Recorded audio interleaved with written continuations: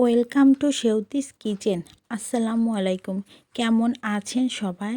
আজকে এমন একটি মাছ রান্না করব যে মাছটি অনেকে পছন্দ করেন, আবার অনেকে আছে খেতে একদমই পছন্দ করেন না। তো যাই হোক, প্রথমে আমার ভিডিওটা সম্পূর্ণ আপনারা যারা দেখবেন সবাইকে ধন্যবাদ জানাচ্ছি।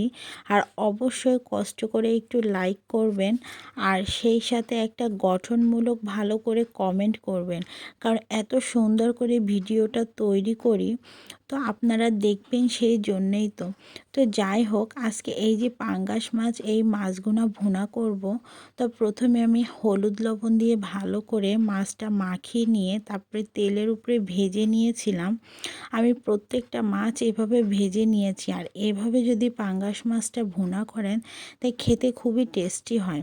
তা এই তো আমি বাটা মশলা দিয়ে সমস্ত মাছটাই আজকে ভুনা করব। এখানে একটু আমি সরিষা বাটা অ্যাড করব, সাথে রসুন বাটা এবং জিরা, সাথে এক টুকরা এলাচও নিয়েছিলাম। এবার একটা কড়াইতে পরিমাণ মতো তেল দিয়ে পেঁয়াজটা বাদামি কালার করে এখানে রসুন দিয়ে দেব। ওই যে বাটা যে রসুনটা সেটাই ব্যবহার করব, এবং পরিমাণ মতো লবণ দিয়ে দেব, পরিমাণ মতো হলুদ এবং পরিমাণ মতো মরিচের গুঁড়া দেব। মানে এখানে যে যেমনটাই মরিচটা খান সে সেভাবেই দেবেন। কেউ হাফ চামচও দিতে পারেন, কেউ এক চামচও দিতে পারেন, এটা নিজের ইচ্ছা মতো।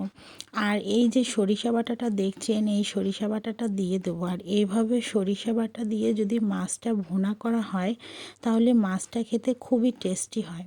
তো সমস্ত মশলাটা আমি ভালো করে কষিয়ে, এই তো এখানে মাছগুলো সব দিয়ে মাছের ভেতরে মশলাটা আমি ভালো করে কষিয়ে নেব। মশলা মাছটা ভালো করে কষিয়ে নেওয়ার পরে এবার এখানে আমি 2 কাপের মতো পানি দেব। মানে বেশি পানি দেব না, যেহেতু মাছটা ভুনা করব। আর এখানে আমি জিরা বাটাটা ব্যবহার করছিলাম, তো সেটা দেখাতে ভুলে গিয়েছি। এই যে জিরা আর এলাচ বেটেছিলাম, তো সেটাই দিয়েছি। আর আমি সব সময় বাটা মশলা দিয়ে তরকারি রান্না করি। আমার কাছে বাটা মশলা দিয়ে রান্না করলে রান্নাটা খুবই ভালো হয়। তো এই দেখুন, আমার মাছ ভুনাটা একদম কমপ্লিট হয়ে গেছে। আর এই মাছ ভুনাটা দেখতে যেমন লোভনীয়, খেতেও তেমন লোভনীয় হয়েছে। আর একটা তরকারি রান্না করব এই পাঙ্গাস মাছ দিয়ে, সেটা হচ্ছে তিতে করলা। এটাও আমার কাছে খুবই পছন্দের একটি রান্না। তো এই তরকারিটা অনেকে আছে খেতে পছন্দ করেন না তিতের জন্য, কিন্তু এভাবে যদি রান্না করেন তাহলে একদম খেতে তিতে লাগে না। এই তো কড়াইতে প্রথমে একটু তেল দিয়ে পেঁয়াজ রসুন মরিচ হালকা করে ভেজে নিয়ে কিছু আলু দিয়ে দেব। আলুটা ভালো করে কষিয়ে নেব, আর এর ভিতরে পরিমাণ মতো হলুদ লবণ অ্যাড করব।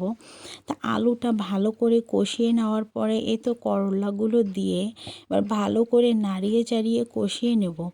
আর তিতেটা বেশি নাড়াচাড়া করা যাবে না, তাহলে তিতেটা বেশি তিতে হয়ে যাবে। আর তিতে রান্না করার সময় কখনো তিতেটা ঢেকে দেবেন না।